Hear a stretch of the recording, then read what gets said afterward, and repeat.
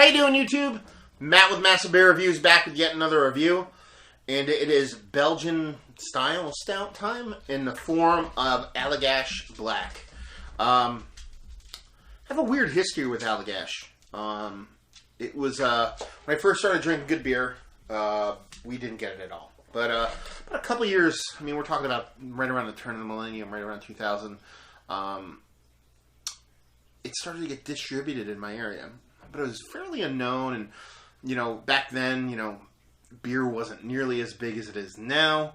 And I used to get Allagash, you know, big bottles, cork and cage bottles of Allagash like crazy. They're double, they're Grand Cru, a bunch of them.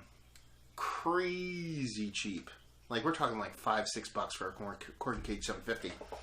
And I would rip through those bottles and be like, how can I be getting such nice beer at this price point? And all of a sudden, gone. I think with the craft beer explosion, their distribution had to become more pinpoint or more focused on cities and stuff like that, because I know it's available in my state, but only closer to Philadelphia. So it kind of dropped off the map for me, where I drank a ton of Allagash. I really don't get it much anymore. But I went to an out-of-state beer run over the weekend and picked up a single of this and figured give it a whirl. I know I've had this before. I don't remember it. Sometimes that's good, sometimes that's bad, because one, it's a new experience, and two, if I don't remember it, maybe it wasn't the best beer, but we're going to find out. As far as what it says in the bottle, up top, dark and roasted with notes of chocolate expressed throughout, Belgian style, bottle condition black.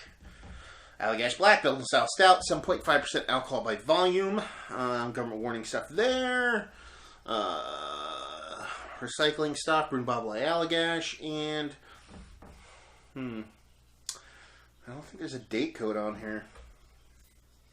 I don't see one on the glass. There is a cryptic code thing here. It says 2604. I don't know what that means, obviously.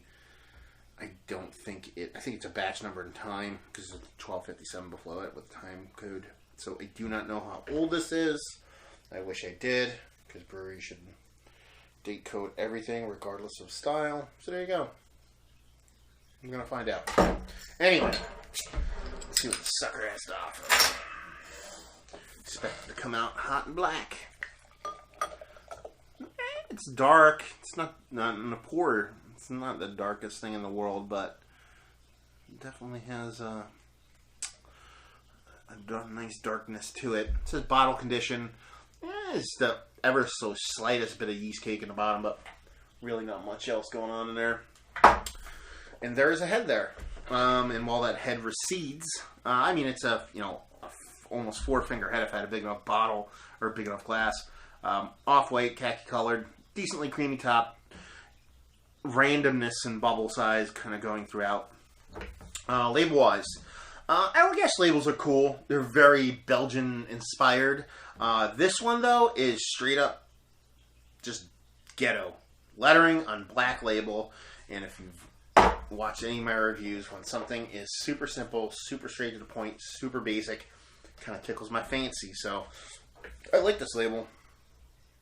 It's pretty cool. The only graphic little thing up here is a little leaf up top, which I believe is Allagash's kind of like logo, if I remember correctly. Let's see what the cap has on it. Nope. But I think the leaf is kind of their thing. So there you go. Cool label. Hopefully it's cool beer. It's kind of receding kind of weird. Kind of lacing up pretty crazy with its kind of like bubble shape. It kind of wants to hang around, but it doesn't want to hang around. Looks like a schizophrenic beer, which for me, hey, it might work because I like crazy stuff. Oh, that was really cryptic. Anyway, it looks decently dark.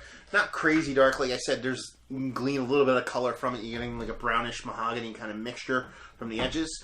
So yeah, let's see what the nose has to offer. Roasted malts. Up front. Big roasted malts.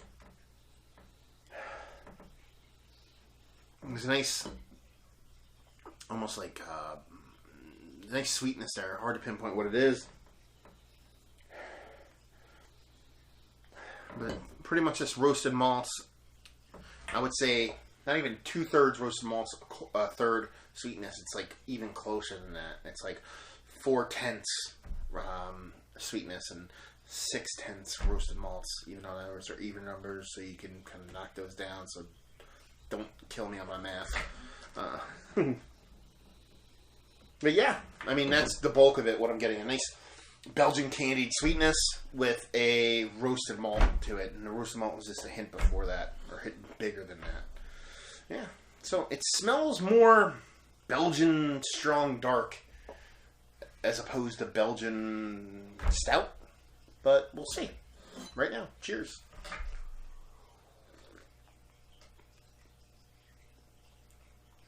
Oh no, that's a stout. It smelled more Belgian strong dark in the nose, but in the mouth, absolutely a stout. Roasted malts are there, but it has this nice sweetness to it.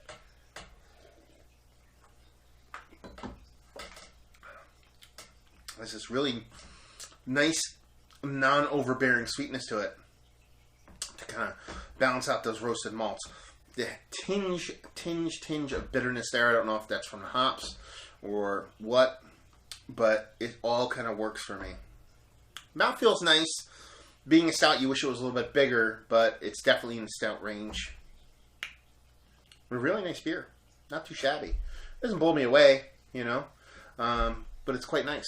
One of the better basic Belgian stouts, not Imperial Belgian Stout or barrel-aged Belgian Stout. You're talking about a 7.5% stout from a Belgian influence company. It's a pretty good offering.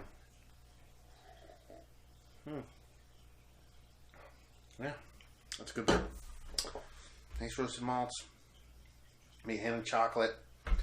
No coffee. I always like coffee a little bit in my stouts. And that sweetness is really nice. So yeah, really good beer.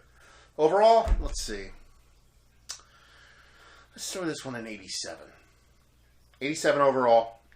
Really nice beer. Just wish it was a little bit more, a little bit creamier mouthfeel to it.